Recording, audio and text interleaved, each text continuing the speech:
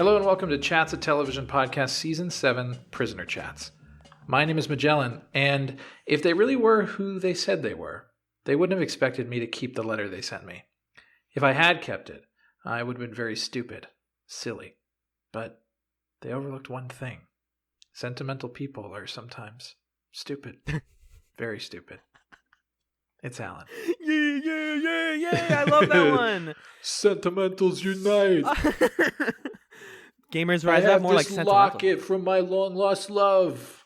The one true love of my life, kindness. And my IQ is below 90. I'm a himbo. That guy kind of is the original himbo if you think about it.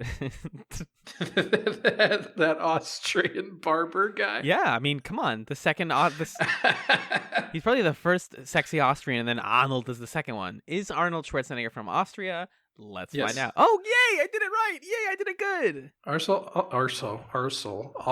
Arnold is a himbo, right? Yeah. Well, he's a he governor. Sort of becomes dangerous, I guess, in his conservative governor face. Was he conservative? Huh? Was he a conservative governor? Yeah, he's a Republican. That's so sad. No. I'm the governor. I'm a Republican governor. Oh my God. I forgot to tell you this so briefly. Hi, everyone. It's Prisoner Chats, by the way. We're talking about shows from the past. And in thinking about the past, last night I was watching, I think it was related to The Prisoner, but somehow I fell down this rabbit hole of discovering Jib Jab. Magellan, are you familiar with Jib Jab? I just know it as part of the song that the Ewoks sing at the end of Return of the Jedi. Jib Jab. Jib Jab was like a duo who used to make like these YouTube videos where it was like the classic live action like person's face, but the mouth moves kind of independently to like their dubbing. Okay, sure. And kind of like the tiny body and like I'm doing a little dance, like puppetry. Yeah. And they were like very early to YouTube as doing like year in review videos on YouTube, sort of like the way YouTube now does the YouTube Rewind. And I kept going backwards in their videos being like, okay, 2011, like we're talking about Herman Cain. This is very fun. Like what are the memes they're doing and what are the impersonations? Yeah. Dude, their rewinds go back as far as year in review 2006. And boy, what was going on then? It was like Tom Cruise did the lightning couch thing. I was like, ah! And there was a lot of jokes about thing? When he was on Oprah and he like jumped. That was 2006. I believe he was like, so into Nicole Kidman or Katie Holmes. Katie Holmes. Yes. Whoops. And yes, I believe it was 2006. Wow. But then there was also like because they lean into like the comedy stuff more than they do political or real life stuff because that's harder to make jokes about, I guess. Yeah. But briefly they'd be like, Iran was on fire. The Iraq war got worse. It's just like no hope for occasional parts of the song. It's really weird. Go look up Jib Jab. They're not funny at all. They're like really not creative or funny. But it's a really fascinating look at like what the specifically like right after these events happened, what was on people's minds culturally. Yeah. And again, we're here to talk about cultural events like 1967's The Prisoner. Which is a show that we watch 2 episodes a week of. But John, what episodes did we watch this week? Well, we watched 2 episodes 13 and 14 of The Prisoner. First 13, Do Not Forsake Me, Oh My Darling, and then 14, Living in Harmony. Episode 13 was written by Vincent Tilsley, directed by Pat Jackson. It originally aired December 22nd, 1967. And Alan, what took place in Do Not Forsake Me, Oh My Darling? Oh, well, I'm glad you asked. In this episode, with his mind transferred to another body, number 6 wakes up in his London flat and can't convince his colleagues who he is. He takes off to Austria to find the one man who can help him. The person number 2 wants him to find. Now, we spoke briefly before the pod about this, how last week we watched 2 very... I guess you could say bog standard episodes of The Prisoner, just because The Prisoner like is already so weird that like episodes like that, those are like mind control stuff is kind of normal. And the contrast is that this week we watched 2 very non-standard episodes. So in general, what did you think about Do Not Forsake Me, Oh My Darling? I had a lot of problems with it. Oh, actually. Yikes. Coming out the gate, I did one of the things I kind of enjoyed. I think it's messy as hell, and something we're going to talk a lot about is how not having Patrick McGoohan at the center of this episode really does it a disservice, but I liked going Yeah. around different places. I liked not seeing the village for almost an entire episode, but and I think it's creative, and there's a couple of really stellar performances in this episode. But overall, yeah, it just both of these like feel like a different show, to be honest with you. Yeah, when you learn so both of these, I think, are more interesting to me in the kind of meta context of how they were made than in talking about the content of the episodes themselves.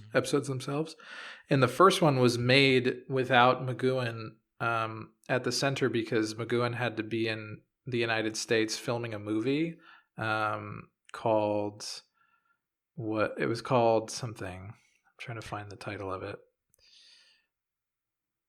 But Ice Station Zebra? Yeah, Ice Station Zebra. So he had to be in the US to film Ice Station Zebra, and it's so clear that this was invented as an episode because he couldn't be there, Like not a filler, but just like, well, we're going to deal with the circumstance and get an episode out. Yeah. Yeah, but then the way that they do it is I don't know. Like I also liked seeing a show where he was sort of traveling around to different places and cracking codes and things like that. But then it's like watch a spy show. Yeah, This isn't the Prisoner this isn't a spy show. This episode felt like kind of it's a spy show with like a guy. Both of these episodes felt like I tuned into Turner Classic Movies on Sunday and like just was watching something else. Absolutely. And this was like some random spy movie. With like a nondescript lead dude, and he's like, "Don't you know it's me, darling?" And she's like, "I just don't know who you are. I don't know anymore." But she still takes the kiss to the face because that's what you do. And so I just wasn't that interested in them, and also giving number 6 all this like backstory and other real life people that he was connected to felt really strange to me. I agree. I believe her name is Janet, the one who plays his sort of lover / spouse, fiance, Beyonce. Yeah. She's the performance I'm referring to as I really enjoyed. It's obviously kind of melodramatic how she's like refusing to believe this, and the way that she's like, but I know it's you in there somewhere and you're buried inside. But like that's the tenor you're going to get out of an episode about identity and being like displaced and like what is the essential part of you. It's the thing we talk about a lot when discussing the show is, what makes you uniquely you and like what is worth keeping in that, because we know that this is number 6. We pick up on this very quickly. The episode opens with, it actually opens non-traditionally. Like opening, the cold open is... Yeah, both of them do. Mm-hmm.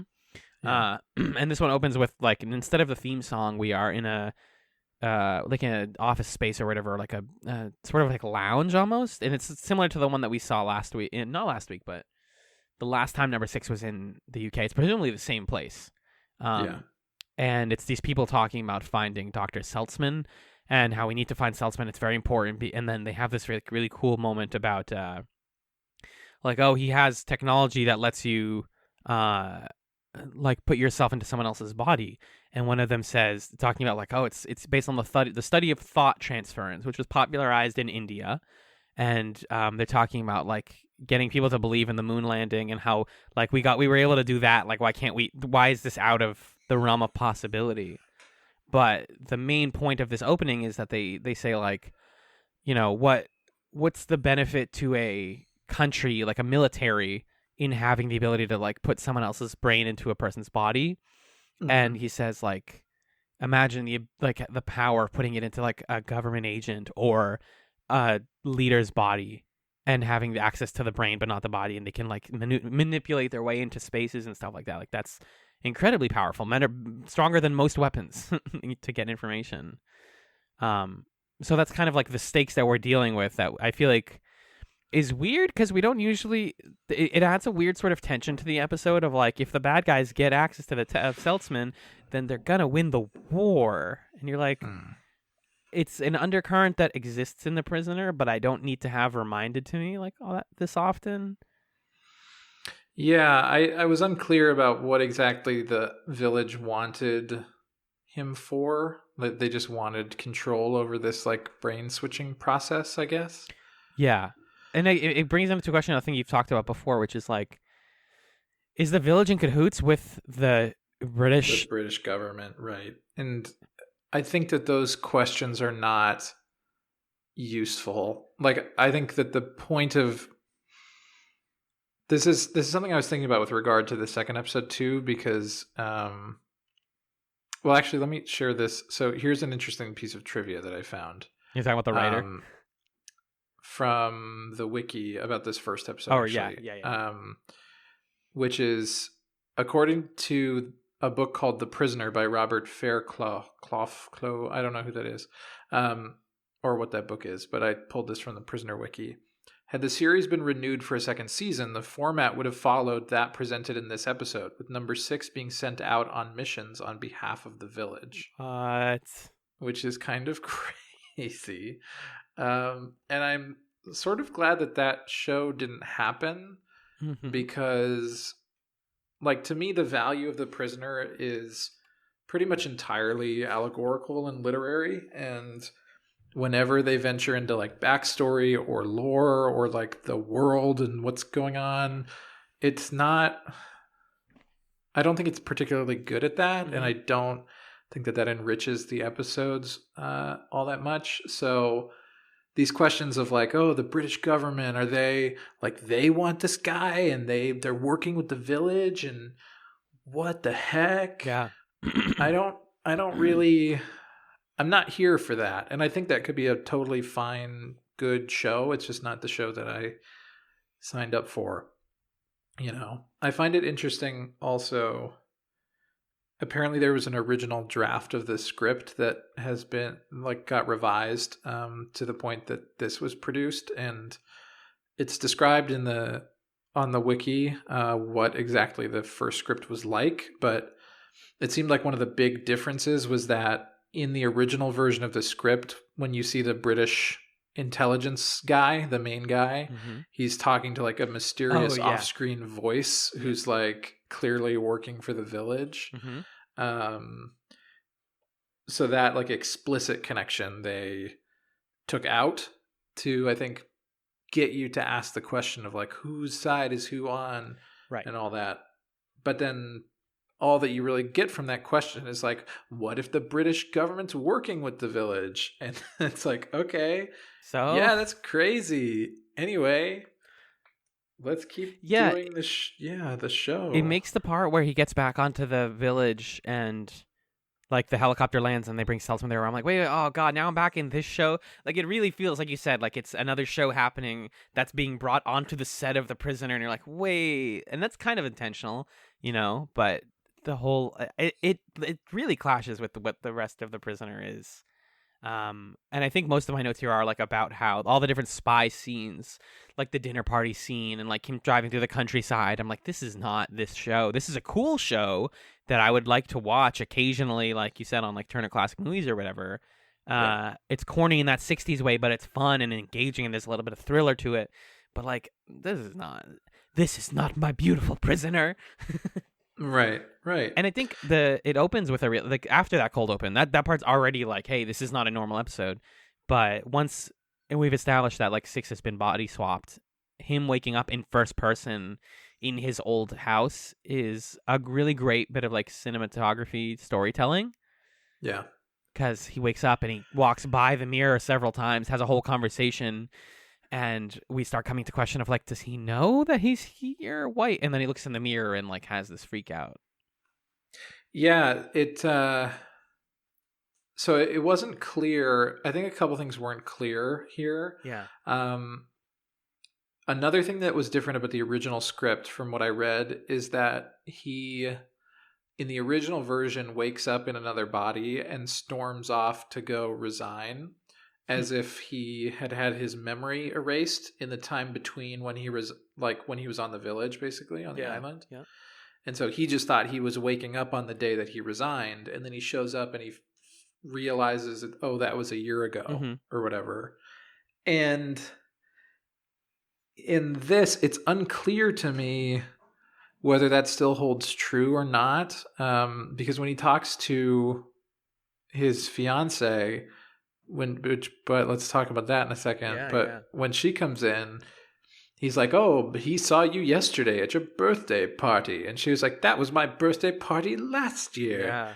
It's like, wait, how far back is his memory right now? Yeah. And then it makes you wonder when he looks at himself in the mirror, and we get all these, which are really cool. I was actually moved almost to the point of like choking up a little bit at all the montage of the scenes of him being like, I'm not a number, I'm a man. Yeah. And like, God, I'm an individual. When we see that montage, is that supposed to be him in a flash remembering the time at the village?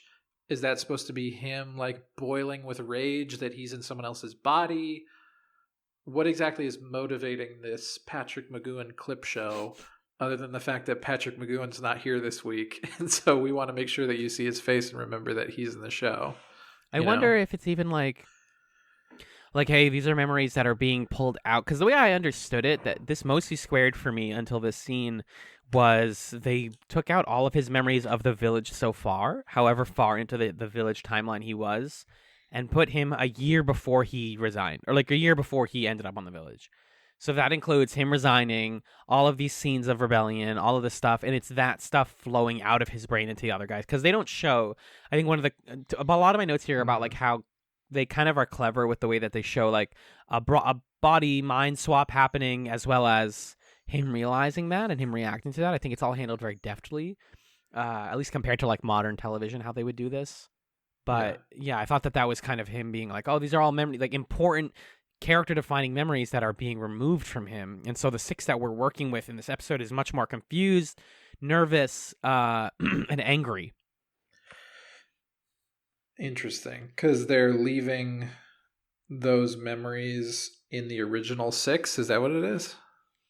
Or something, because it can't just be that they're switching out his body, like his brain, like from the moment that he's on the island on that day. I think there's also like a time, they're also setting him back a couple months to a year in reverse, so that he's just like discovering this as if he woke up one day, pre-village, pre-everything, and like having this experience. Interesting. Yeah, I think that tracks with the fact that like he so readily leads them directly to the dude. Yeah. To Seltzman. Yep. It felt kind of dumb on the part of number 6. Like you'd expect number 6 would catch on and be smarter than that and be like, oh, they probably want me to find him, and that's why they're doing this to me. But he just like doesn't really expect that at all. And also the fact that he's like believes that people will believe him, and that the main dude, the main British intelligence dude, is going to trust him, also feels kind of naive. Yeah. As well. So. Well, I wonder with him going to Seltzman, because it's like, what else can he do? Like, this is the one person in existence who can put him back. It's like you can't not go to him, even though you know this entire time that you're being chased by. Yeah, I think something that is compelling and kind of haunting that the episode doesn't really make full use out of is the idea that like we know that he's going to go exactly where we want him to go, because 6 is so tied to his own person, his own identity, his own self, that he couldn't bear to live in somebody else's body even for a minute, even if it meant like protecting this dude and like fighting for the greater good. He's so, in a way, he is sort of captive of his own physical form. Well, his own like relentless individualism and his need to retain every piece of himself.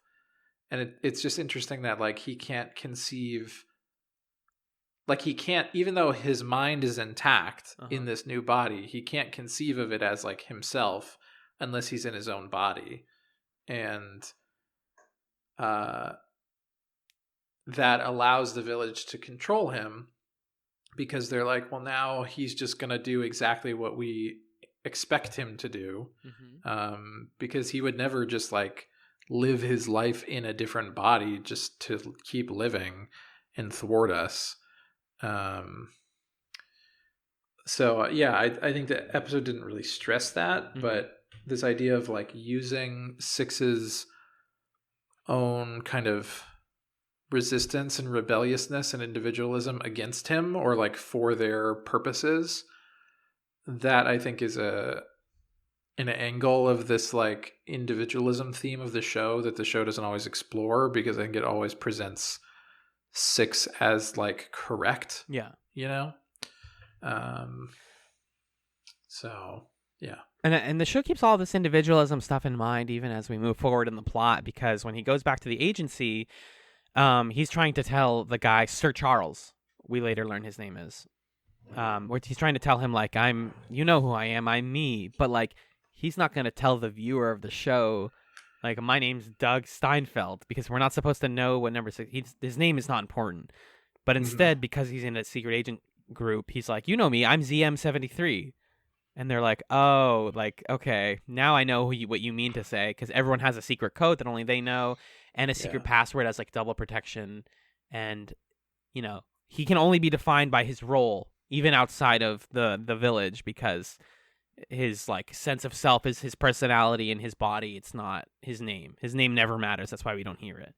We do actually hear that the woman is named Miss Portland. He calls her Miss Portland, but we don't we're not to understand that his like last name is Portland or anything. We don't think that they're like already married or whatever.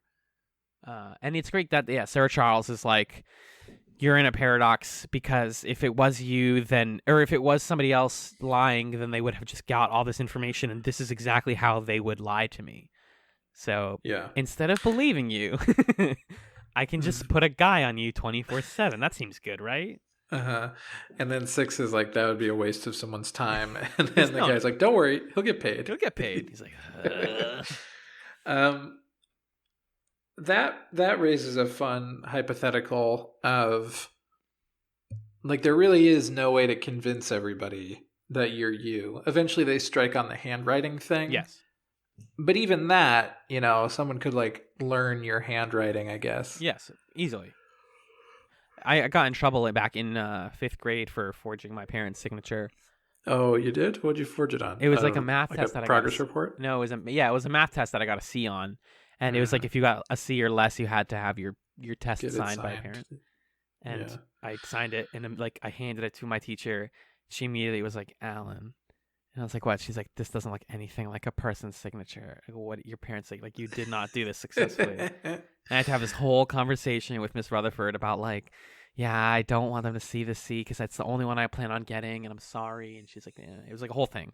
But yeah, you can, if you're an adult and a professional, presumably learn to emulate someone's signature. So they don't believe him, and we cut to a fancy dinner party. I love prisoner dinner parties. 60s dinner parties are the best, because we've got bad jazz music. We have the woman, Miss Portland, delivering a fantastic performance. And there's actually like a brief moment in here where him and her like kiss and have this whole like honest to goodness passion. And right before that, as he's like, I'll meet you outside, this like other dude is like, you mind to dance? And she's like, yeah. She like kisses with some random Greg. Like, yeah, everybody at the party is like, could I have a dance? Can I get a quick She's one? like, sure. She's like, yeah, I guess. It's funny. It's how being a socialite works. You just kind of have to say yes a lot to people. Yeah. But yeah, they have this like kissy moment, and it's a whole thing. We got to talk about this. Yeah. So it's weird. First of all, I mean, I think this episode raises cool questions about like, how do you tell the people closest to you that you're you in an unbelievable situation? Mm-hmm. Like, could you ever possibly convince people, if your face is different, that it's actually you? And you know, I don't know. And so for some people it's the handwriting, for some people it's like the way that I kiss you, the way I stroke your face. Right. You could tell it's me. But the thing that is just bonkers about this whole plot is that Six has a fiance, I guess. Yeah. They've just been dating. They're in like a cohabitation situation. That's why. I don't need to know this. This raises more questions than it answers. Also, nothing in the whole show pointed towards this ever. This was never at all indicated in any of the other episodes. As far as we know, he's had lines where it seems like he's a jaded guy who hasn't had luck in love and has been burned by treacherous ladies before, you know, or whatever. Like when he's like, never trust a woman, even the four-legged variety. Yeah, hell yeah. And then The one where they're like in his dreams, and there's that one lady that is trying to talk to Yep. him, that other spy lady or whatever. Like impersonating her. And that feels more like the kind of women that are in his past. And this just seems like a normal, healthy relationship. Yeah, he has a whole ass wife. What? Or He has a whole story about like, remember when I asked for your daughter's hand in marriage? And we like met at the koi pond in your backyard or whatever the hell the story was. It just doesn't square with anything that we know about Six. And I read the AV Club article about this episode, and they make the great point that like, if this has been true the whole time, what does she think he's doing? What does she think he's been doing for a year? First of all, because she storms into her dad's house and she's like, hey, he's been on some mission. You haven't told me, and it's been a year. Like, why didn't she do that after a week?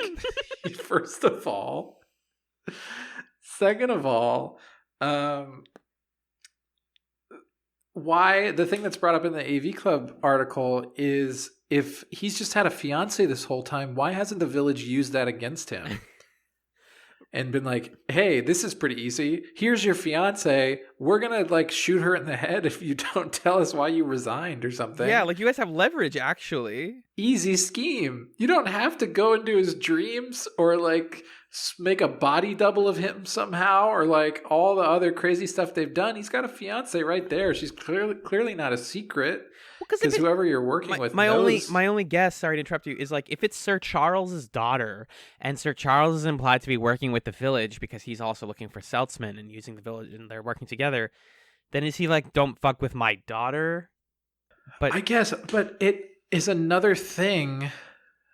Like that's totally plausible, but then it's another thing that gets us into conversations about like the plot and the lore. Yeah. As opposed to like questions I should not be asking. You shouldn't be bringing these up, Prisoner, because I can't. Yeah, because it's not lost, and I've said this before, it's not lost where it's like, who's the smoke monster? Oh my gosh, what's in the trap door or whatever. Like it's not like that. The show isn't about questions that are going to be answered. It's about questions that can't be answered or that like you should carry into your life, you know? I actually have some great points about Lost in my notes about the second episode, so we'll keep a tab on that thought. But yeah, I'm excited about that.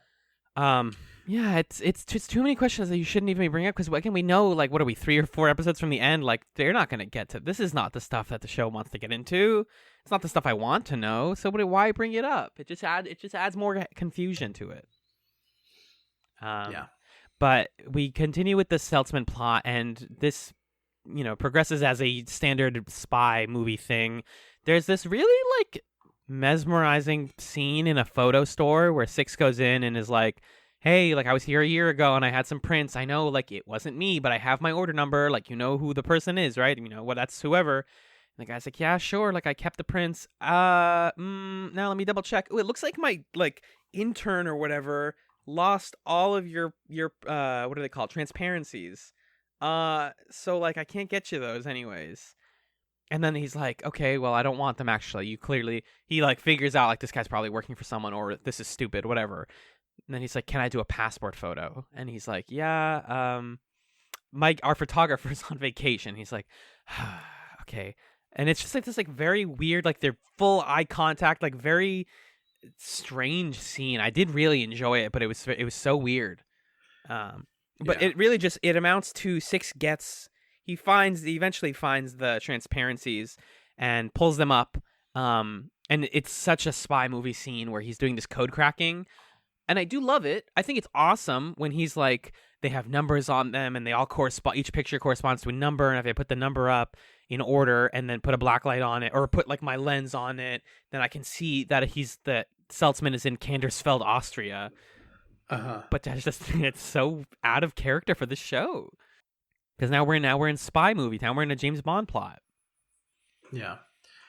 And it's like just kind of a blah one, It's right. Not even that fascinating of a spy movie. Mm-hmm. Like that code was not like a brain-shattering code. Yeah, it's not that complicated. He just found the numbers, put the transparencies up, and then put the glasses on, and bingo, found it. The answer's just right there. It's not like a satisfying cipher. And so he goes to Kandersfeld, Austria. The process of getting there is a lot of fun. I have something in my notes here about how like the prisoner is really careful about what it shows and what it doesn't show, not only in like plot and mystery, but in like how people react to things. Because like in there's a quick shot in the second episode where he's carried away by some men, and it's silent. Like he's carried away, and there's none of him being like, "Get your hands off me, you filthy people," or whatever, because we already know like he's mad. Or this guy wakes up in another body and doesn't have the classic moment of like, ah! Like he doesn't scream, he doesn't freak out. He's just like, okay, new body, like let's go, because we know that he's freaking out. We don't need to be told that, and it makes me think that like, do we like that stuff? Does that give like necessary context all the time, or is it just sort of redundant to have like all these extra scenes? Because him going to Austria is like, he drives his car to a boat. He loads the car onto the boat. The boat goes to Austria, and then he drives to the barbershop.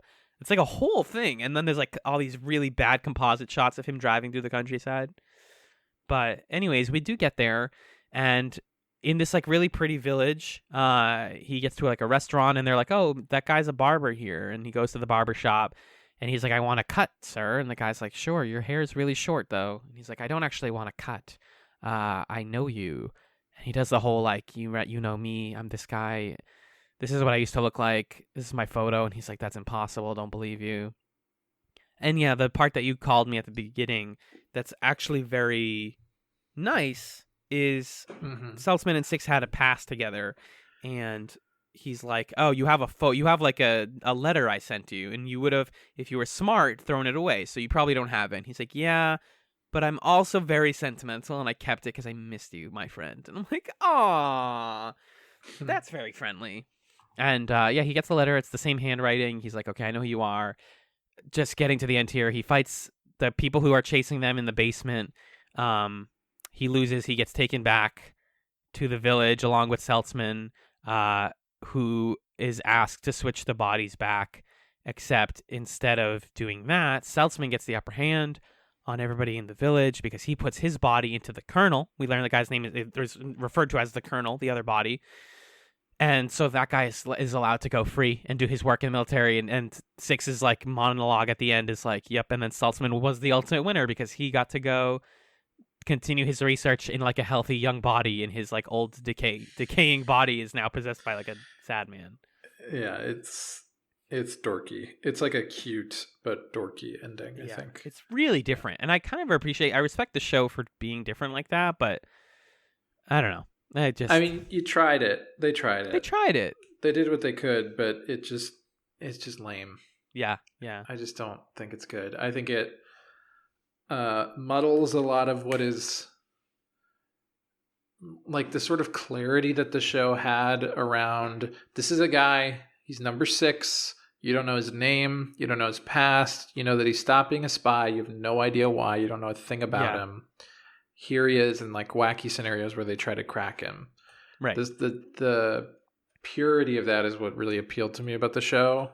And anything that messes with that, I find frustrating. And Very then fair. also like, I don't know. The guy who was the body of the Colonel. Oh yeah. It's fine. He's fine. He's not. He just doesn't have the McGowan like the smokiness. Yeah, you just can't. He's not even trying really to do a McGowan impression. He's like being a very agreeable, nice guy. You're watching like a friendly dude just kind of work his way through a spy plot. Yeah, and it's just, that's not what I'm here for. I'm here to see McGowan do stuff. I would rather see McGowan in a totally weird context than see a weird person in the prisoner context.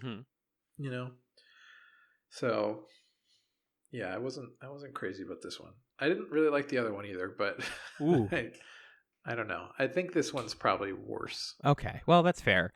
I think at the very least they're both fascinating as exercises in setting and tone and all that stuff and character, but they kind of both fail in different ways. I pulled there's like a prisoner Discord. It's the prisoner subreddit, but some people respond faster in the Discord, and I am a part of that just because it's like nice to be like, hey, what do people think about this thing?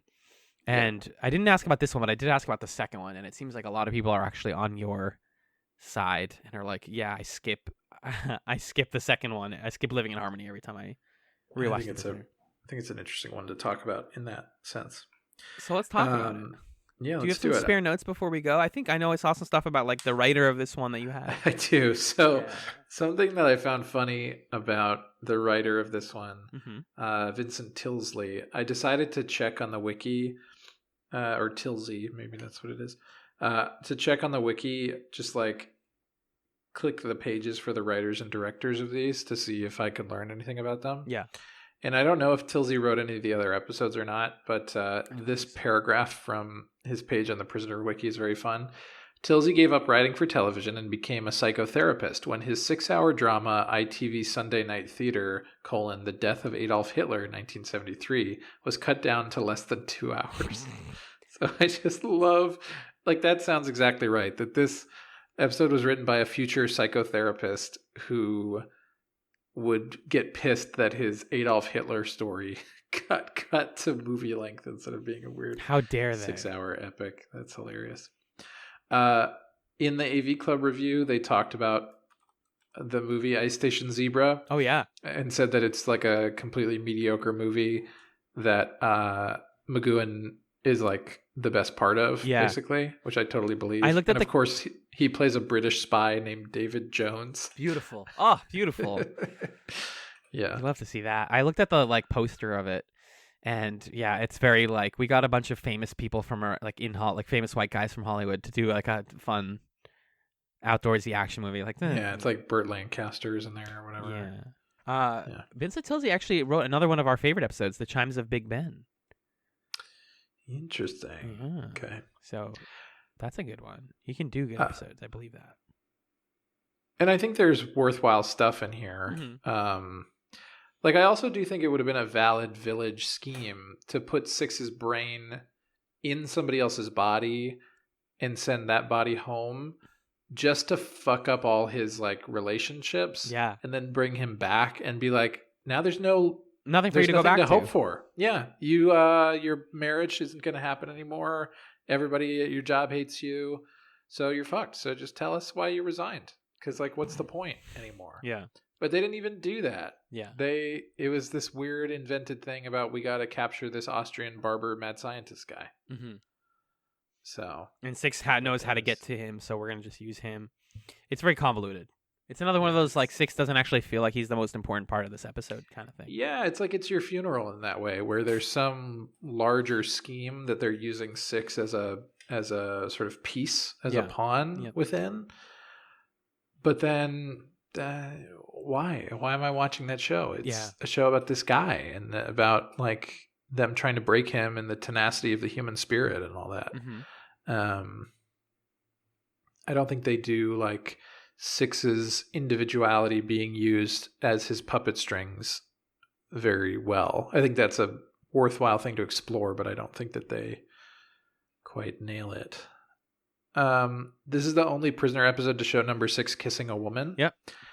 Although he is in another man's body, hence the scene did not involve the devoutly Catholic McGowan, says the wiki. I adore that image, right? Of McGowan's this, like, sexy spy guy, one of the best, like, important British actors of his time, and he also goes to church every single week and will not kiss another woman. His beautiful life. Perfect. Just perfect. That's funny. Well, I had a straight note here if you want me to take one real quick. Yeah, go for it. And I did just about... Nope, I have it here. There's a thing I was going to ask you about, because you have a note about, like, what music is underscoring this episode. When I was listening to it, what I heard was the song My Bonnie Lies Over the Ocean, you know, the old, like, folk song, My Bonnie Lies... It's that song, which I thought in my head, I was, like, making big brain thoughts like, oh, it's My Body Lies Over the Ocean. He's trying to get back to his body. Like, that's the thing, dude. And then apparently it's not that song. Okay. Because you found a note that was like, it's from some old 50s movie.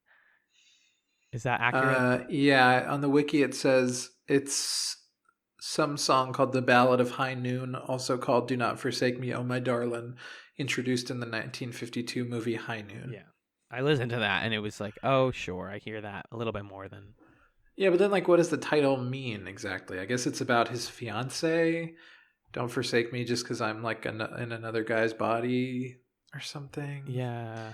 Don't give up on me. I don't know. I can't English class this one for you, unfortunately. Yeah. Let's see. The AV Club calls this one a snooze, which is kind of brutal. Fair. But it's fair.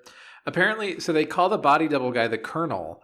And from what I learned on the wiki, that's a mistake because in previous episodes, whenever either in Chimes of Big Ben or in Many Happy Returns, whenever he he can be in London talking to the people in charge, the person in charge is always referred to as the Colonel. Right. And so the instructions from McGowan were to call the person in charge in this episode the Colonel, and they misinterpreted it and called the body double guy the Colonel. Yeah. So I figure that's like why they have script supervisors, is to be like, hey, was this what you were meant? Are you calling this what it was supposed to be in the script? Like, where did that change? But neither here nor there. It kind of adds interesting flavor that like there are other colonels, maybe like what is this guy's position, all that stuff. Yeah. My only other note also was that the guy who's chasing number 6 is named Potter. We get a couple of scenes of him looking very scary. I love the like mysterious, relentlessly pursuing assassin spy type. That you see that a lot in even like John Wick has that, or like old spy fiction. James Bond will often have that. Usually either like a waifish man or a woman being this character. But yeah, I dug him a lot, even though he was not in the episode a lot. Yeah. Trying to see if there's anything else. I don't think so. No, that's pretty much it. Just like this episode. We've said a lot about it. It just kind of isn't great. Fair enough. Well, I think we should take it to a brief musical break, and we'll be right back to discuss Living in Harmony. Hey, everybody, it's time for the email segment with Magellan and Alan reading the emails.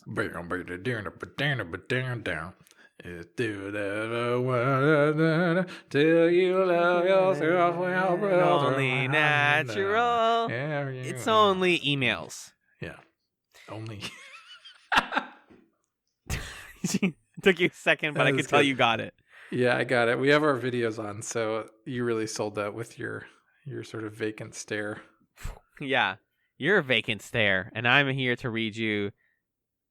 I can't rhyme that or make a joke out of it. My brain's just empty. Hey guys, Omens, our friend from the old chats listeners will recognize. God. It's this is a visit from Christmas past, but in a good way. It's like if Scrooge was visited by the ghosts that he loves, and they're not ghosts. They're old friends. Yeah, you know what I'm saying? I guess it's just a memory, just reuniting. All alone in the moonlight. It's just good to see Omens again. Welcome home, Omens. Welcome, Omens. A frequent Scape Chats contributor. Eventual guest, big OG Chats fan. I mean, it's just good to have Omens. We're typing in again. Half a decade ago, Omens was sending in emails about how Farscape was her rock and how she got into the show at a very young age and she loved it, and her mom got her into it, and she lives in love with Claudia Black. And who can't relate? And Omens is back, and she's here to talk about The Prisoner and fashion. So I'm going to read this email, if that's Gucci with you, Mr. Scucci. Yeah, I love it. Please, Mr. Scucci is my father. Omens opens. Dearest friends, Omen's here. Oh. It's been a while. Oh. Y'all are doing The Prisoner now, and it's turning out to be one of my favorite slices of crazy in the world of British media, with the fun add-on of the costuming and set design being absolutely fire. So here are all the thoughts that I have. Let me be real here. I think that mod fashion for women can throw itself out a window. I don't have room in my soul for Twiggy or Nancy Sinatra. I don't like shift dresses or white patent boots or beehive hairdos or makeup that's too pale to look good on anyone who's not very light or very dark.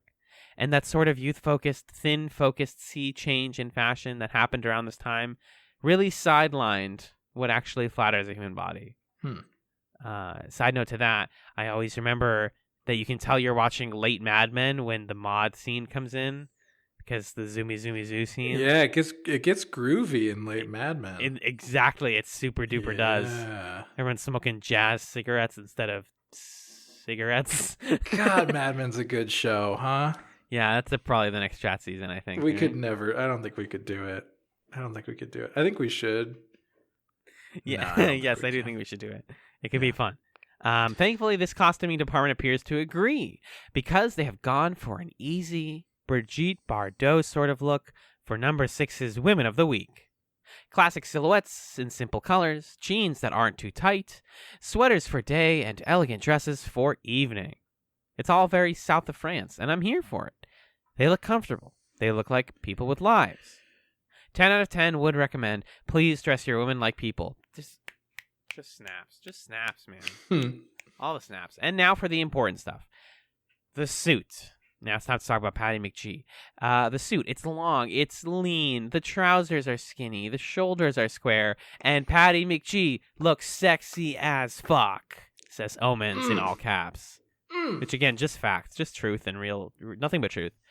Usually it's women who get the really complex, flattering tailoring. But the 60s seriously flipped the script, and now men get to have like an actual angular silhouette instead of the rounded and comfy leisure suits of the 40s and 50s. And it fits perfectly, and the white piping is flawless. Like a fine wine. The pants actually fit his butt and his legs. I love the word butt. He looks so tall. It's a good suit. She says, I want to cry thinking about it. It's so flattering. I want to kiss the costume designer. I want to kiss Patty McGee. Goodness gracious, that man is hot. Yeah, it's a beautiful outfit on a beautiful man. Man. And he always, with his body posture, the way he's always like leaning as if he's about to lift off from the blocks in like a race or something. like he's running. Yeah, like he's about to do 100-meter, but not like a sweaty 100-meter, like a graceful, sort of a cheetah, kind of a panther. Yeah, you know, a panther. He's a good-looking guy. Well, yeah, because he's always trying to escape. True, I guess that's the character. Yeah, he's always trying to get ready for the next Kasho game, so that's really why he's getting ready to go places. Yeah. And she says the suits just keep being good. Even the weird ones that the number 2 minions wear, sometimes with those futuristic wrap jackets, are good. They have shoulder pads, and they're in a really nice shade of dove gray, and they're super cute. Even when it's futuristic Star Trek stuff, they don't cut corners on this show, and it makes for an incredibly visually compelling experience. I'm procrastinating on a paper for my museum class, and I need to go to bed, so I shall leave you here. Love, miss, and be seeing you. Warmest regards, Omens. P.S. I have signed up for your Patreon. In all caps, everyone do the thing. Beautiful. And she's right. You all should do the thing. Yes. That's great. It's amazing. We've gotten some new patrons recently, including Omens, and you can join the club over at patreon.com/chatspod. Shameless plug for ourselves. I think the mod fashion stuff I find really fun. And you don't have to do a spy show where it looks like this and they dress like this. And not all the bad guys have to wear cool scarves and boat shoes. But they do, and they're going to be on this fancy island. They might as well dress fancy, right? I think it's great. I think it conveys this sort of like European mysteryness to the show. So again, thank you to all for sending in the email. And we hope to continue to hear from you. Magellan, we have a second email here this week. All right. The second email comes from Nick, one half of the brothers at Infinite War. I feel like Nick deserves a bumper. Given, doesn't go as far back as Omens. I get it. But he's been around. So. Well, he can get the Nickelodeon logo, the intro. Nick. That's good.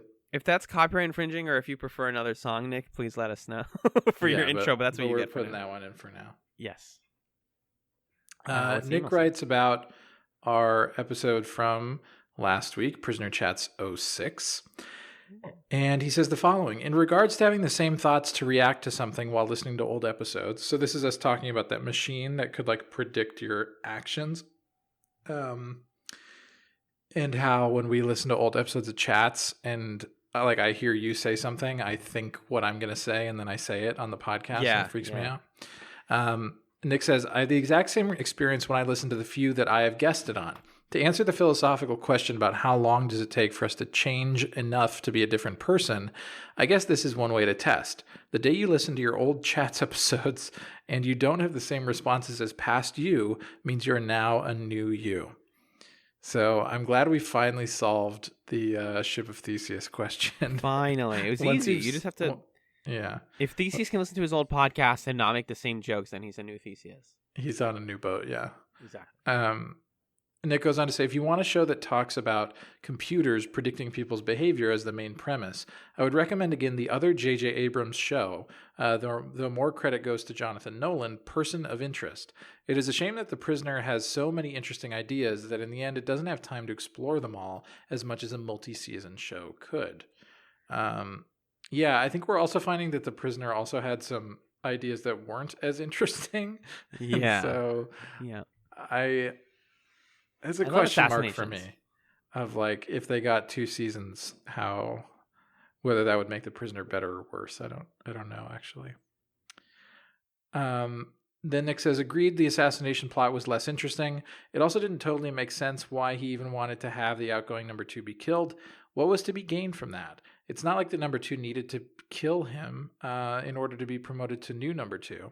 And I don't think there was a lot to gain by intentionally pulling number 6 into the fold to have a chance to stop it, and eventually did. Then Nick says, just the threat of a lobotomy was scary as hell watching this episode.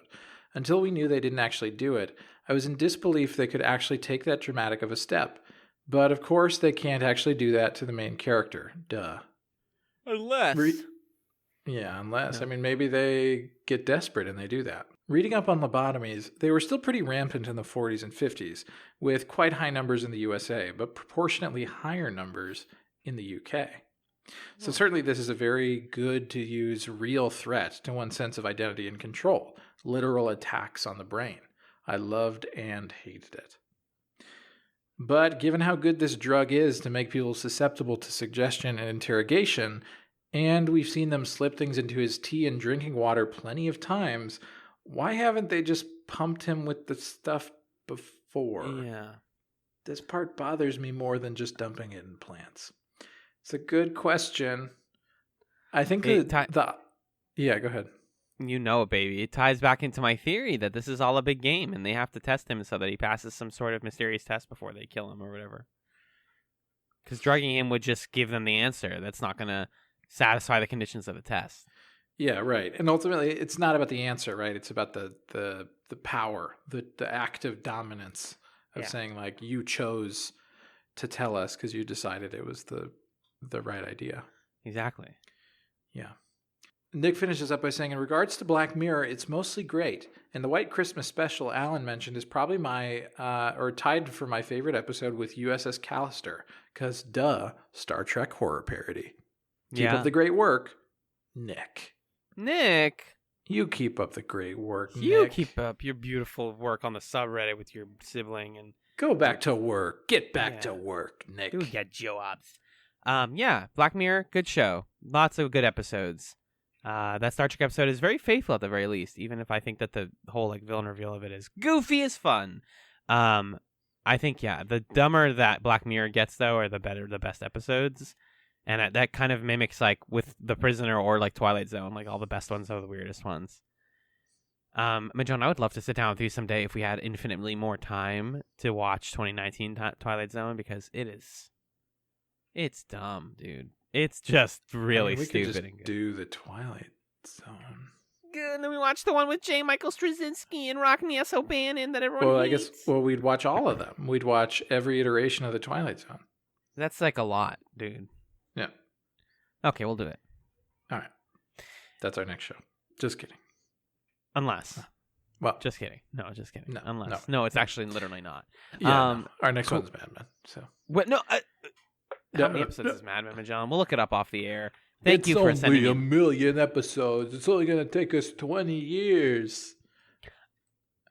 Here. Okay, it's 92 episodes. I just saw an article in Googling it, though, that was why? 10 reasons...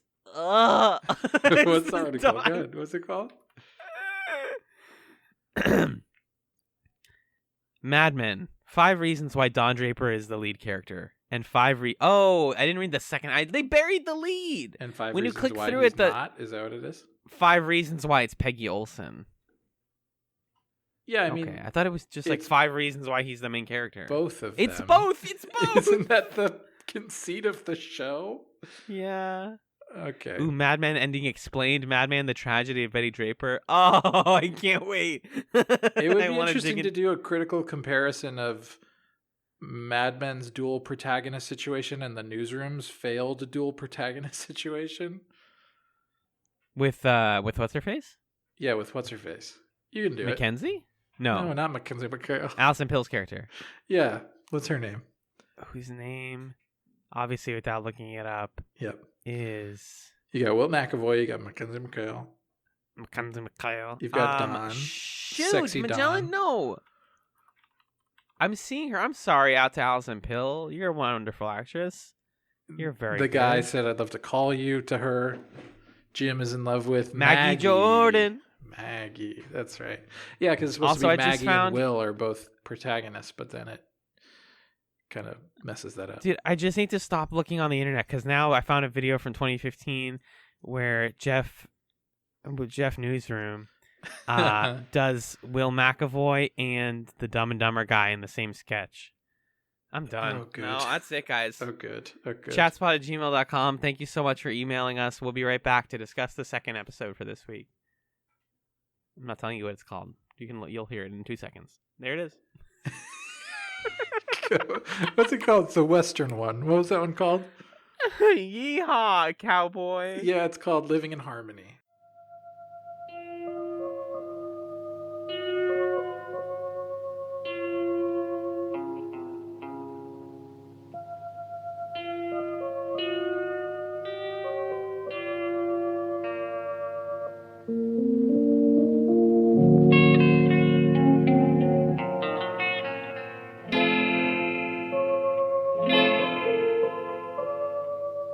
Welcome back to Prisoner Chats. We're still here. It's Alan and Magellan, and we're here to talk about episode 14, Living in Harmony.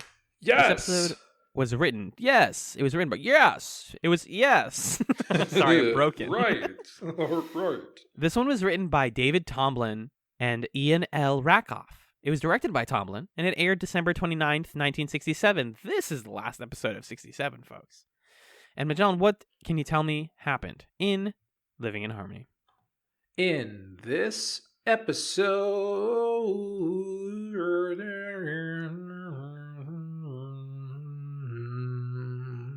dugout spurs, that jingle, jangle, jingle. Oh, good song. you turned me around. I was like, oh, shut the, ignore Magellan. He's just doing one of his classic Magellanic bits, and then he oh, ain't she glad you're single? And then he kept it going. Oh, no. In the step. I miss Falling to Vegas, bud. That's a good game, man. That was a great one. Beard on his heel. Yeah, man, the soundtrack was bumping in Fallout New Vegas. It truly was. It truly was. Heck, yes. In this episode, number 6 finds himself in a Wild West version of his imprisonment. Yeehaw! Yeehaw. What'd you think of Living in Harmony? Favorite episode of the season so far?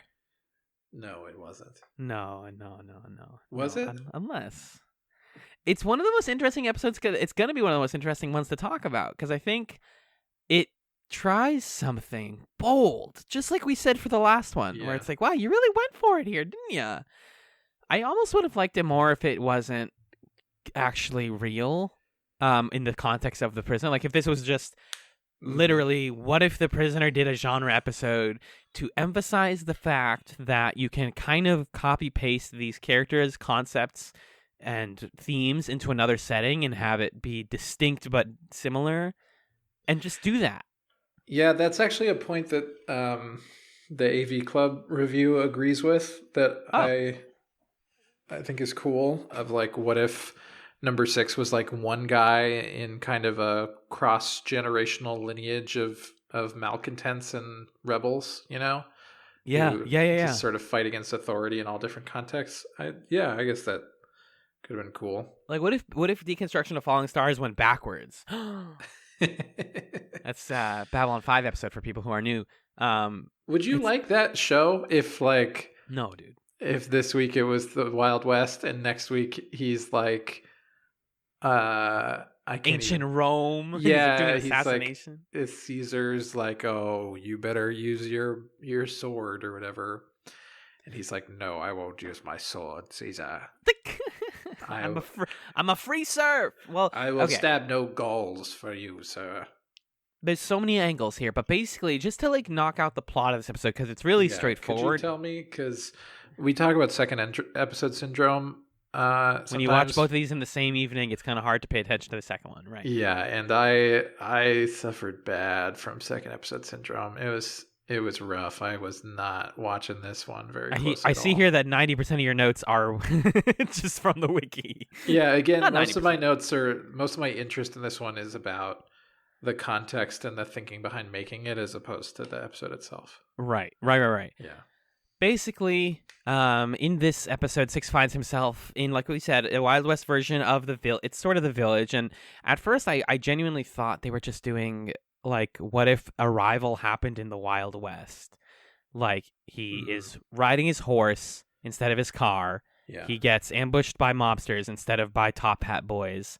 And he's taken to a town that is entirely false, just like the village is. And he meets a woman who he thinks he can trust, but she is being manipulated by the higher ups, and her death is used to convince him to be broken, because she is kind of helping him break out of prison. He's sent to prison for being different and for not wanting to work with the sheriff who wants him to use a gun. That's the main sort of like thing to talk about both in the production of this episode and thematically, is that his character in this is very anti-violence, and the sheriff is like, well, you still need to, like, if you're going to be here, you need to work here and you need to be my gunman.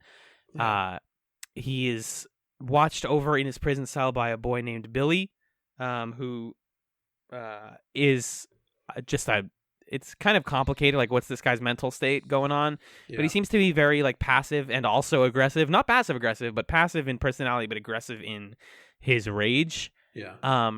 And when Kathy rescues him, she is eventually cornered by Billy, who kills her, and Six freaks out and is shot by the sheriff before waking up and realizing that none of this is real. The sheriff is actually number 2. He's been on the village the entire time. Everything is fake. The actors are fake.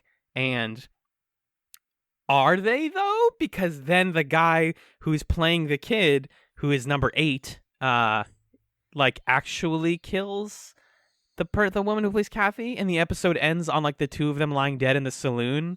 And number 6 walks out and he's like, he just kind of walks like out, like puts his hands up like, this doesn't involve me anymore. You guys are just weird, broken people. Yeah. And I think where I want to start is talking about Westerns, because I have always been a big fan of Western films. I think around like high school, like I started researching them, and like I watched The Wild Bunch, and I watched The Good, the Bad, and the Ugly way back then, and Desperado, and like all the sorts of like old and like modern re-envisionings of Westerns. And True Grit. I love True Grit still to this day. And the thing about Westerns is kind of historically they were an attempt to like romanticize the American Wild West, which is obviously an extremely fraught period of American history filled with a lot of taking over the land of indigenous populations and ruining wildlife and also like enslaving people. It's an awful time that's portrayed as like yeehaw, lassos, cute girls, and drinking from saloons and moonshine and shit. Right. And so cinema, as like the attempt to make the Western a genre and put it in the minds of like children, like with Western TV shows and all that, is to kind of cover over the base of like what was actually happening. And like kids playing Cowboys and Indians in their backyard, right? Exactly.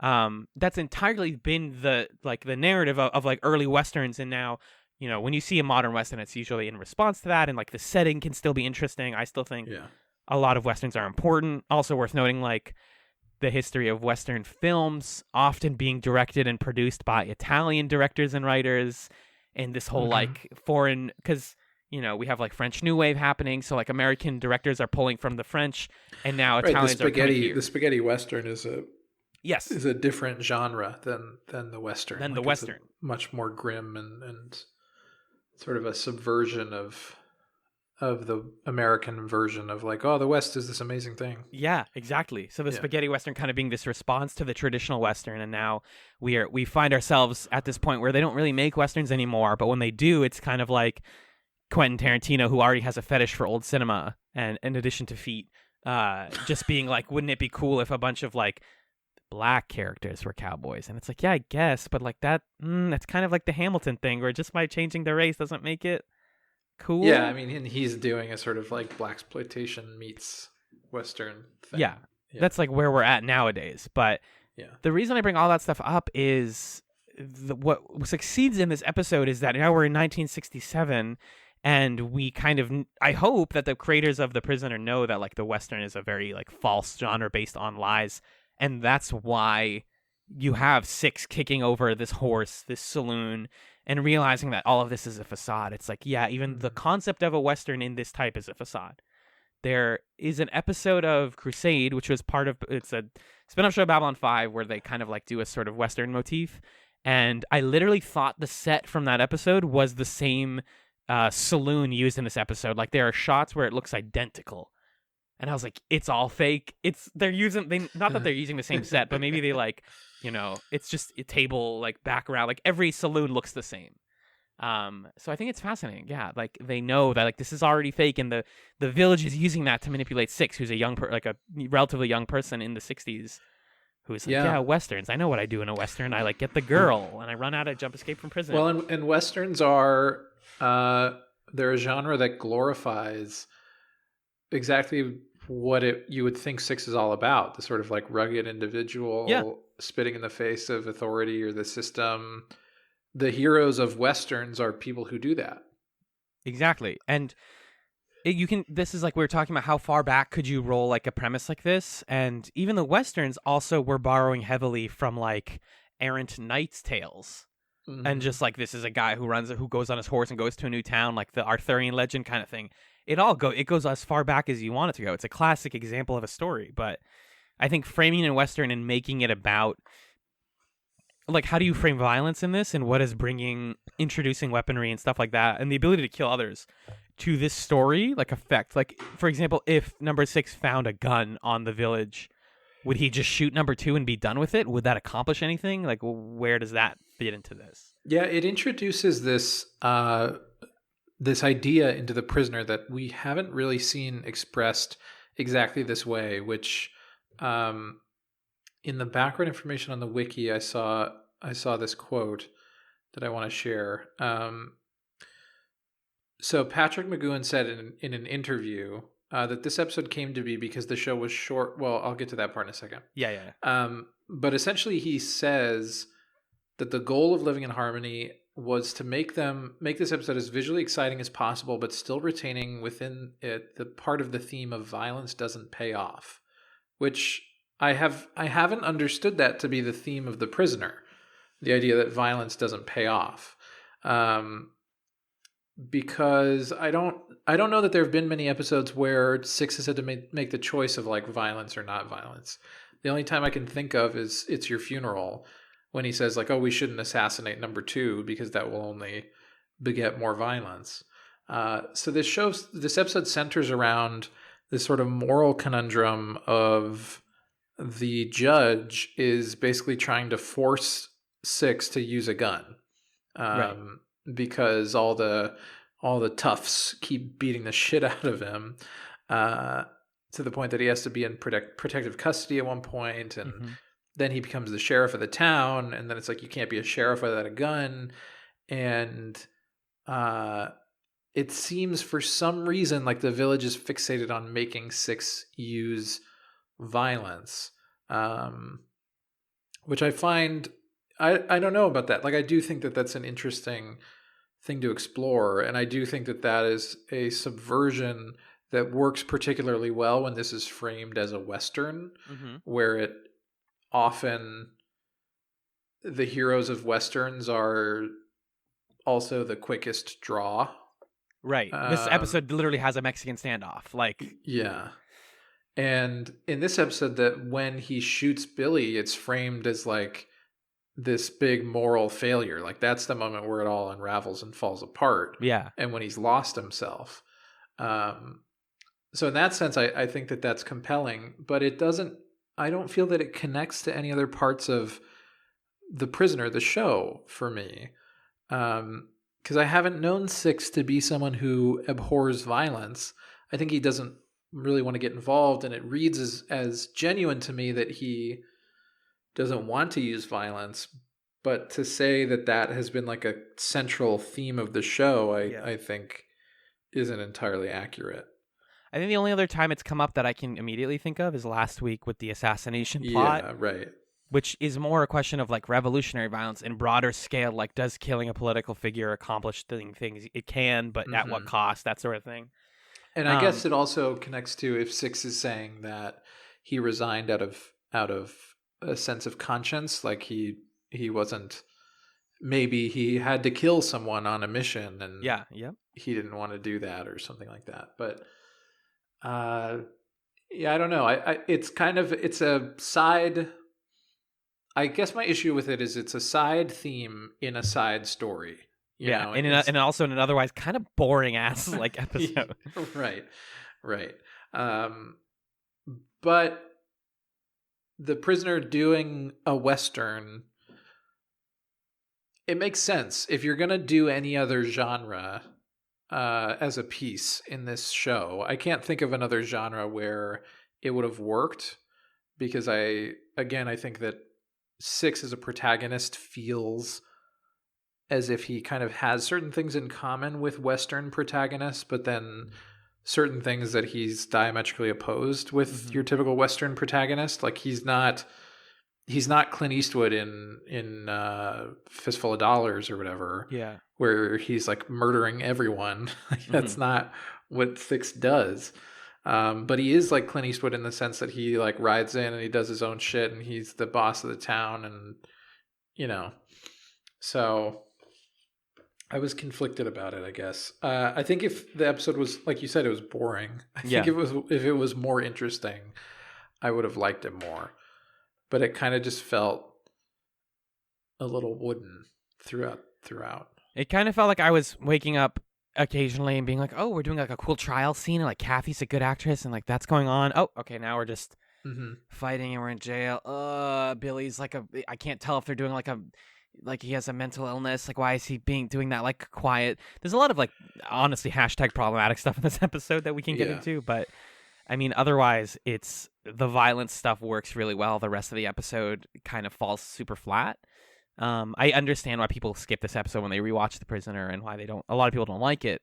The gun stuff, I mentioned this in the previous episode, but reminds me of a take that I remember constructing about Lost in its first season that I don't remember seeing like brought up that much in writing about that show since then. But basically it's like the 12th episode of season 1. I just was looking it up actually.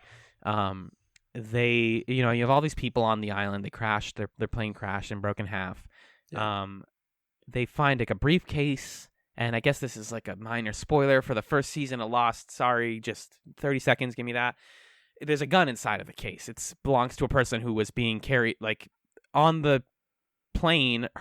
She's being taken for custody by a secret agent. And the secret agent he's like a U.S. Marshal rather, and he has a gun. And so the gun's in the case. And the episode where they introduce the gun is the very first time that conflict on Lost becomes violent. And it's not even that people are getting shot. It's that literally introducing the idea that like there is a loaded gun in the narrative. It makes people more likely to like fight each other for it, worry about it, who's going to keep it, why do you get to keep it, how much ammo does it have? Like you become obsessed with the method of violence to the point where it becomes what the show is. Yeah. So I always thought that was so interesting that like everything on Lost up until the introduction of the gun is about like figuring out why we're here, what brought us here, what about us, what problems did we have that got us here. And then the gun is like, okay, now people die. We have to survive. It's not just about like how do we eat, how do we get water. It's like are the bad people going to kill us with the gun that they stole? I also think it's funny that this episode is like, well, what if the prisoner was in the Old West, and Lost also did in one of its later seasons, not in the Old West, but like, what if these characters were completely recontextualized and nobody was the way that they were for like a whole season? That was like the concept. Season 5, I think, is like, what if they were the other people? Again, proving that my theory that Lost invented nothing. But yeah, I thought so. It's just, there isn't really much else here. I mean, I appreciate the costuming. I think it's all like very standard fare. Like, this is what a Western looks like. The saloon looks like a saloon, you know?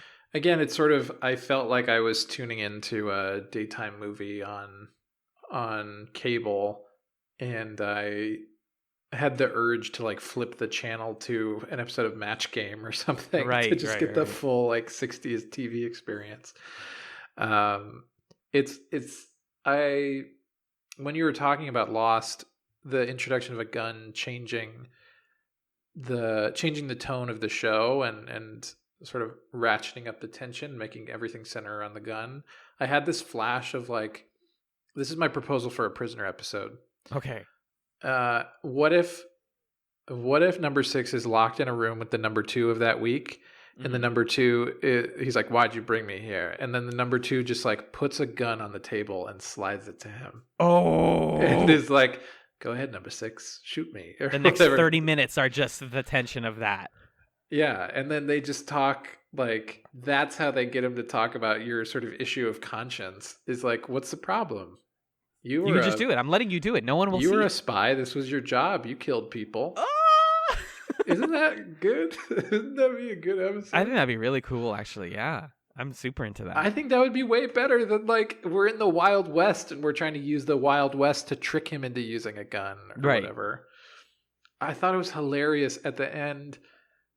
I think it was a little long, but at the end, the scene where number 2 is like, you told me, number 8, that this was going to work. And number 8's like, it always works. It always works. The thing where we put people in the Wild West always works.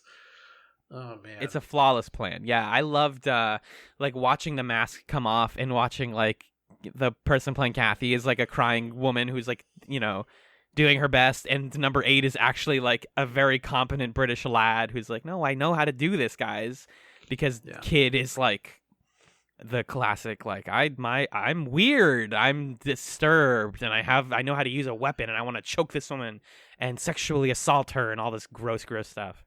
I thought he was pretty good at portraying super creepy, but to what end? You know? Yeah. Like, also, to what end? Like, do they know in 1967 how fucking racist it is to make the first person that Six meets in this town be a white guy with brown face, doing a Mexican character and being like senor and all, like, no. Yeah, no, and he like still has such a thick British accent, being like, "Hola, senor." Doing a weird trill, and they clearly put fake teeth in his mouth and stuff. And he's focused on a lot, like when Kathy's brother is hanged because he's the other guy that's in the prison. It's like we keep cutting to him being like, "Hey, yeah," and I'm like, "No, just don't. He doesn't matter to the episode." Like, was that the creators of The Prisoner being like, they do this in westerns, we can do it because that's fraught, or was it them just certainly like, it must have been. Because it's 67, like, we know. By that point, they know. And this is already a show that's, like, pretty, like, open-minded in its politics and stuff, you know? It would probably have thought of itself as a radical show. Yes. But that was super jarring. Yeah. And kind of hard to watch. But it didn't occupy too much of the episode, thankfully. Yeah. And then also the fact, like, one of my first notes here was, like, the number 2, the guy who's the sheriff, his hair is extremely dyed gray. He does not have gray hair. And at first I was like, that's terrible makeup work. And then I was like, oh, is it supposed to be like he doesn't look normal? Like, he's supposed to look like a funny old man? Like, I thought that was maybe what they were going for. Yeah, I thought they did a good job of making him and Billy stand out and seem a little too strange to be in a normal Western. Yeah. Yep. Yeah. A little bit false. Yeah. Because Billy's literally in like red pajamas. Like he's the whole time. Exactly. The one shot that I thought was really striking that kind of conveys the theme of violence and how we have to like move past violence and all that stuff was after Kathy is killed by the kid, we get like maybe 3 seconds tops of number 6 burying her. It's so quick, and I kind of want it to be a thumbnail because it's this gorgeous like sunsetting shot of him just being like, this is part of the motion of someone dying, is you have to do this, because the prisoner usually doesn't have to do stuff like that. Like if someone dies, they die off screen. Number 2 is decommissioned off screen. But now that somebody's dying in the middle of an episode, we have to be like, oh yeah, someone has to get buried. That's difficult. I didn't know what to make of her character post reveal. Because once the reveal happens, you sort of get like, okay, the whole her being this damsel is part of the charade, right? It's like part of the, if we're playing a Western film, then it's a great subversion of Western films to be like, oh, save me, Six. I'm the, the lady in this Western saloon that all the guys hit on, and I like can't defend myself, and I get strangled by this horrible man and all that stuff. But then when you get out of the reveal, she goes and wanders the empty set of the Western as if she's like Nostalgic. Like Chandler Bing on the last episode of Friends or something, like looking at the empty apartment. It's like, what is this? Why is she so wistful for this? She says, I wish it was real. Yeah, why?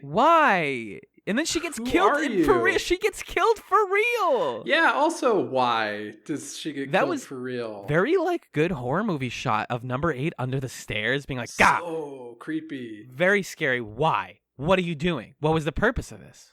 I guess they just both die. I guess it's like he's mad that she fucked the thing up. And now he is going to get whatever happens to people who screw up with number 6, I guess they get killed. He's going to get killed. And so he's like trying to take revenge because of that. Yeah. Yep. I guess. But like, I don't know. And also he didn't choke her for that long. No, she kind of dies fast. And it didn't make sense that she would be dead. She just was like, I wish it were real. Gone now. Number 2 walks in and goes, what the fuck? So my thing with that and with the previous episode is just further problems with the prisoner and its treatment of women. Yeah. And you can kind of like, you can sort of give the same acting lesson to all women who need to be on the prisoner, which is like, tilt your head 45 degrees upward and just give a face of like wide-eyed, like, oh no. And that's it. That's all of your lines are that. Yeah, it was very forlorn. Like, please, no. It sucks. It sucks.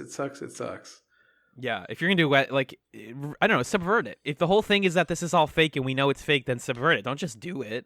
Yeah, it could have been a subversion like they did, and then they just did it again. Yeah. You have all of the tropes of Western. To what end? I think, this is the stuff where I'm like, even like smart academic critics of The Prisoner are like, this is the episode. There's actually a note in the wiki about like, there's a critic who was like, yeah, this is the prisoner jumping the shark. This is where people started going, maybe they should end The Prisoner, which is sad to think about. I want to talk about, some of the like... Before we talk the context, just one last thing from that final scene. Yep. Because then fucking number 8 sees number 2 come in, and he's like, rah! And then he runs up the stairs, and there's this whole 80-yard speech. His mouth is not moving at all. Not the slightest. In the 80-yard, this whole speech about like, here I am, I'm running up the stairs, and I'm so crazy, blah, blah, blah, blah, blah. And then he jumps off over the banister, and I guess dies from a height not that high. Not that high. He would have broken a bone or something. Maybe. Yep. And definitely wouldn't have knocked him out. Definitely wouldn't have killed him. Not possible. And so I do like the final shot of number 2 standing over the dead bodies of his compatriots who've been driven mad by their own scheme. That appealed to me in a sort of like Edgar Allan Poe Twilight Zone kind of way. But how we get there is so farcical that I just can't take it seriously. I'm rewatching. I just wanted to rewatch the scene to see the ADR work. What does he say? Hold on. Let me. Give me it word for word. It's so bad. There's a bunch of music. He looks up and he goes, "You read me, Judge? No way. No way. No more. You're gonna hit me no more. No. No. No." And he just like puts his arms up in like a Christ pose, goes, "No," and then falls and dies. And number 2 rightfully is like, "The fuck?" Okay. And I guess it's like you could make this point and read into this about the abuse that number 8 and number 22 suffered under the hand of number 2. And I do think that the show really could delve into the psychology of the warders and how the island fucks with them too, Mm-hmm. But I think other episodes have done that more successfully. I think Hammer into Anvil did that really successfully. Agreed. And it's a much better, like the scene where number 2's buddy in Hammer into Anvil goes to fight number 6 in his house because he's just like lost everything. Mm-hmm. Such a better version of this idea than how they're doing it in this episode. Yeah. Yeah. It's fascinating to watch. It's like, how does the prisoner, like we talk about, like, oh, at the very worst, the prisoner is at least consistent. And it's like, no, I can now safely say, like, the prisoner has had at least a bad episode.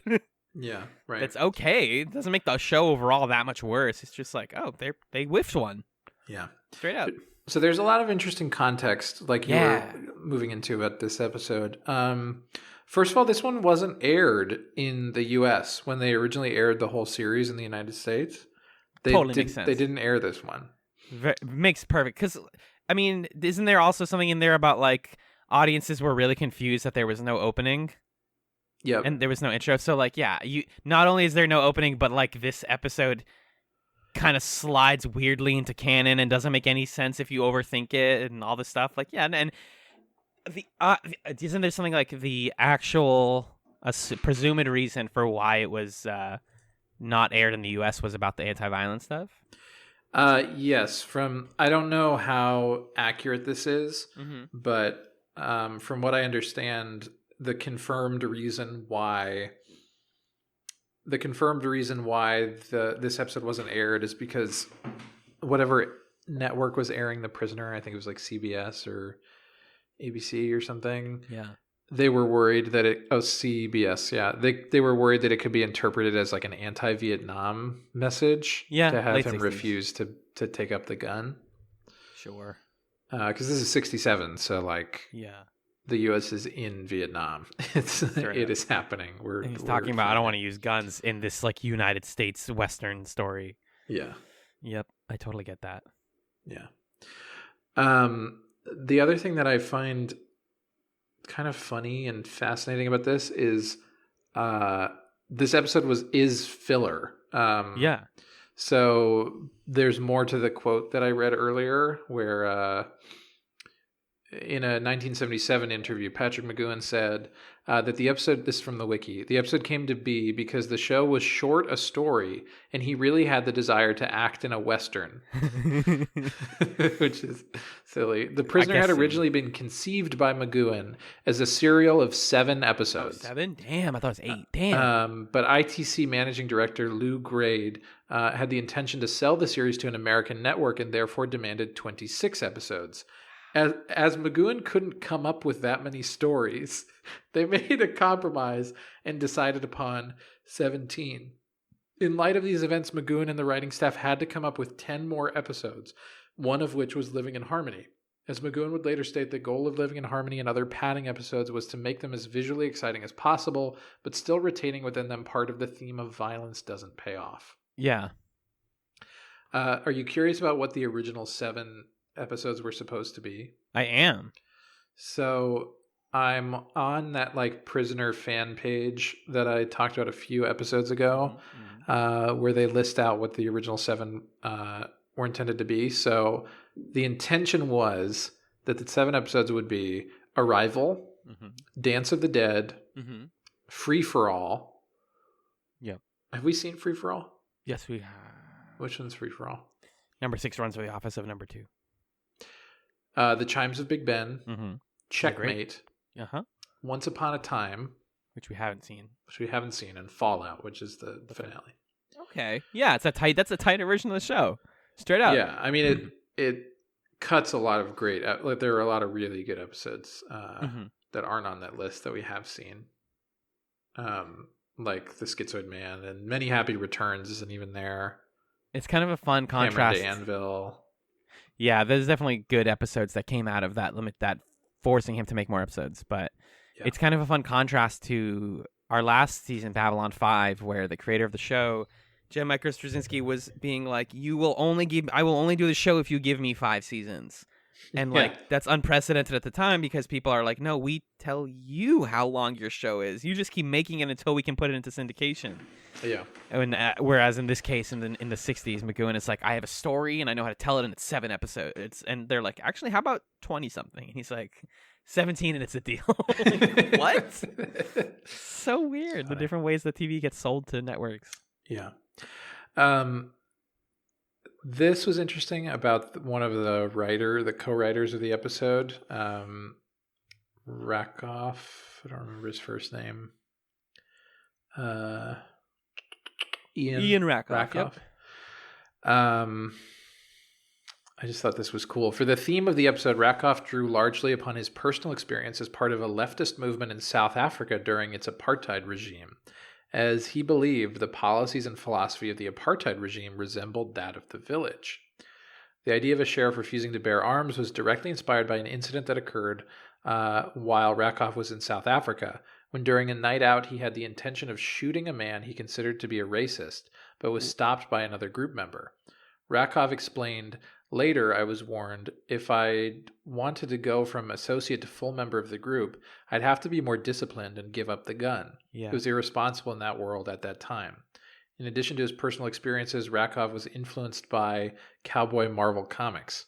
The title of the episode, as well as its opening sequence, were lifted from Gene Autry comic books. But there's there's like some legit leftists who were part of big movements that are a part of The Prisoner and creating it. So, I mean, it is a radical work for sure. Yeah. You don't see that much of the crew being like unified in that way in a lot of shows anymore, I think. Yeah. There's also a note on Rakoff's like individual wiki page about, this is kind of a bummer. He was working as a script editor on The Prisoner when a call for stories went out, and as he said in interviews, after submitting his story idea for Living in Harmony, he was subjected to a torrent of shouted abuse from Patrick McGowan, and also suffered his writer credit being removed and reduced to a story credit. This soured him on the production as well as its star. Does it say why McGowan was yelling at him? I would only assume it's because he didn't like it. But, like, you're padding out a show that you didn't even expect to be that long. Like, what is that? Yeah, that's weird. Yeah, it's one of the other, like, harsh things about the shows and film in this era is, like, really strong. And always, obviously, but, like, strong personalities and, like, abusive personalities being given positions of power can lead to a lot of that stuff. But I was looking into that Rakoff guy, and he wrote a book about the making of The Prisoner. Actually. Oh, snap. But the Amazon reviews are kind of like he was there for a later part of it, and he makes his contributions seem bigger than they were, and so I don't. Interesting. It's hard to get, I think, the straight truth from any source, really. Yeah, it's kind of like the what's it called?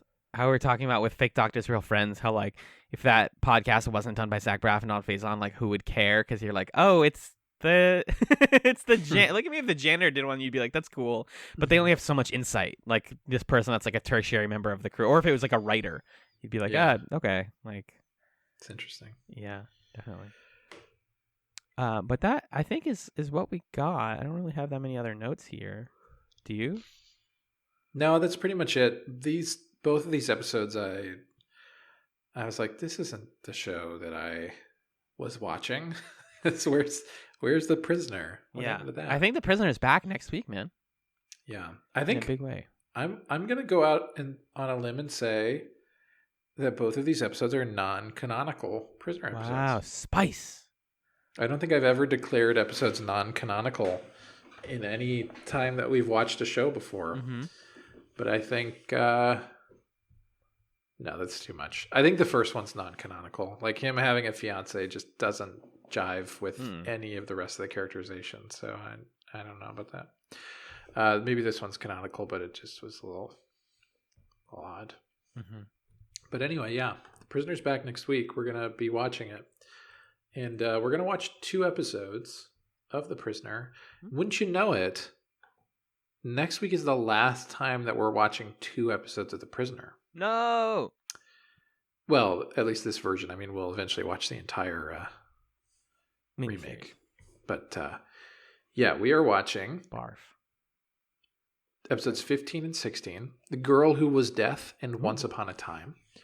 First, The Girl Who Was Death.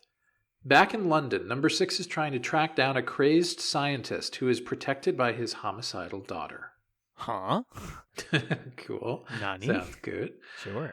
And then Once Upon a Time.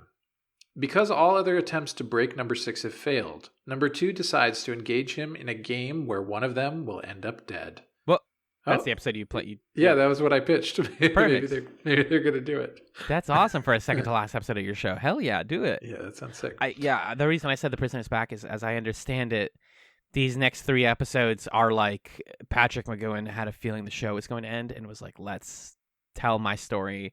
No more filler. These are the episodes I want to make, you know. Maybe not all 3, but at least the last 2. So Got it.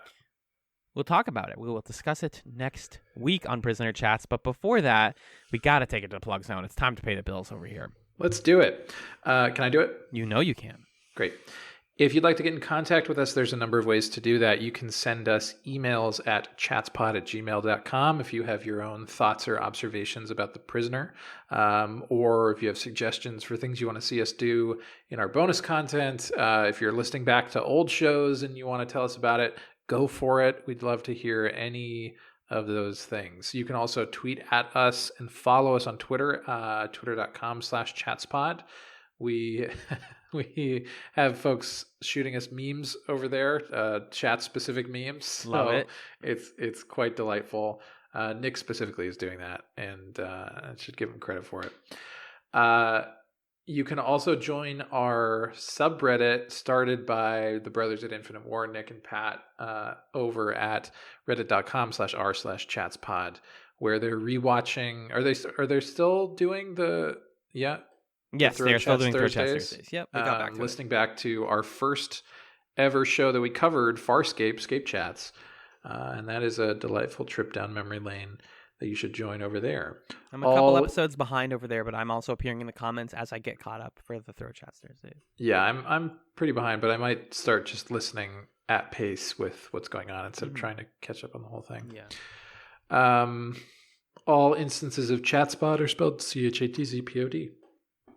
You let's see what else. You can drop a review for us on iTunes if you'd like to do that. We appreciate 5-star reviews. They help people to find us. We appreciate 4-star reviews to a slightly lesser extent, and then we don't appreciate 3, 2, or 1-star reviews. No, at all.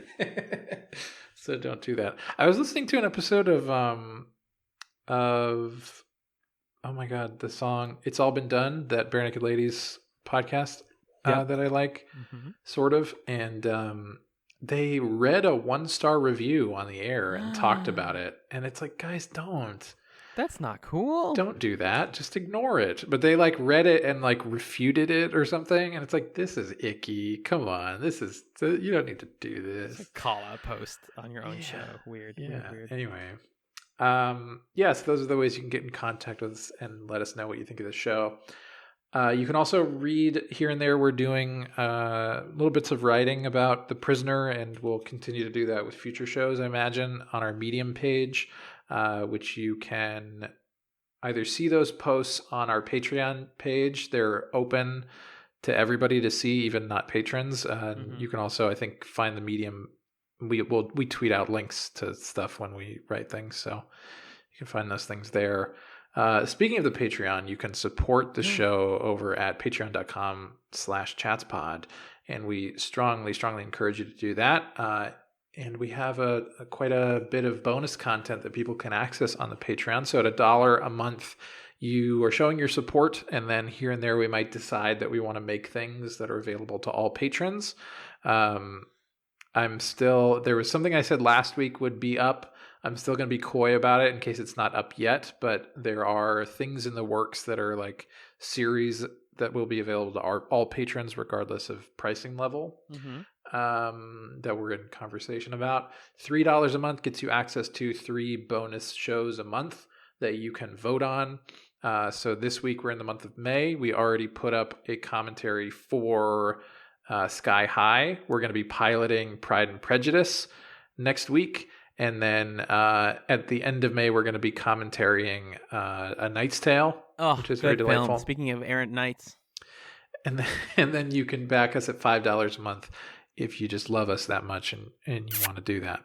And we love you for doing that too. So that's all the plug stuff. Alan, do you have a chatsome for this week? Every week we like to give you a little snack to snack on between now and next time. What's your chatsome? I have a chatsome. Magellan might notice because we're on video that I have like ascended while he was doing that because I was you look really happy over there. I scrolled through our iTunes reviews. Yeah? I can't. We literally just said we have a middling review. We have a 3-star review. But to read it and refute it on the podcast would be to immediately be like going against what we just said. So I'm just going to say thank you for that 3-star review, person who I'm not even going to name. But you're great. I appreciate it. Is it recent? Yes, it's very recent. We'll talk about it off mic though. My chatsome for this week is actually another podcast of sorts. And I've been listening to it for a couple weeks, and I've not been like hyping it up anywhere because I don't know. It's one of those like things I've been enjoying just for myself. But I figured I would share it with the Chats community. It's a podcast called North Star Rising, and it's coming from Mike Bithell, who is a game designer and writer who worked on games like Thomas Was Alone. Not Subspace Emissary, but I wish I could remember the name of his other like really cool visual novel. He's a British video game developer who does a bunch of stuff. Oh, also Volume, which is a really popular stealth game from a couple of years ago. Very clever, very like charming kind of writing style, but really good focus on like character and humor while also like developing the world really well. Subsurface Circular was the other game he did. And he worked on the John Wick game. Cool. But anyways, North Star Rising is actually it's going to be a 6-part audiobook that he like wrote that's performed. It's more like in the realm of an audio drama because there's sound effects and different character voices and background music and tons of music. It has a soundtrack by Austin Wintory, which if you care about video game soundtracks, he's an absolute icon in that field. And it's just a bunch of cool like British voice actors mostly. Like a man and a woman find themselves on a spaceship one day, suddenly teleported, and they're trying to figure out why and also like decide whether or not they want to go back and like living their lives as like space adventurers, even though they just came from like being regular British folk in 2020, that sort of thing. And it's very charming. And like I said, as of this recording, it's 3 episodes in. They're putting out one a week, and it's going to end at 6 episodes, I believe. So it's really cool. It's called North Star Rising, and it's literally wherever you listen to podcasts. It's all over the place. Cool. What about you, Magellan? I also have a podcast recommendation. A couple guys who were improv teachers of mine here in New York are part of a group called Centralia. And recently their group has started a podcast called the Centralia Improvisational Podcast, where it seems like every week, 2 of their members just sort of talk about different aspects of improv and their own experience with it. And if you're at all interested in improvisation, they've got some interesting things to say. So I say check out the Centralia Improvisational Podcast. Fabulous. Yeah. Thanks, John. Not only for that, but for being the rock to my hard place. And thank you, dear listener, for listening to this episode of Prisoner Chats. Be seeing you.